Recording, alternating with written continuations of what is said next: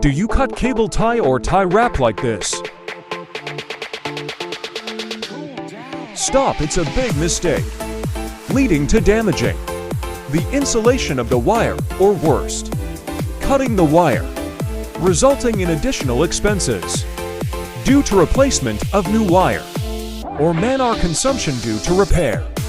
Instead of cutting the wire like this, cut like this. It is more safer and professional looking, considering the headache of repair and availability of parts.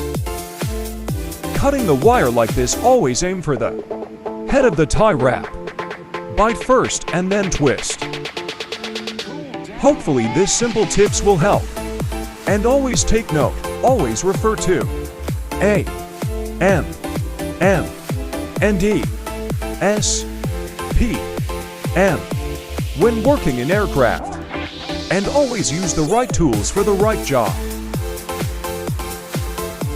Happy working, everyone. Work smart and keep safe always.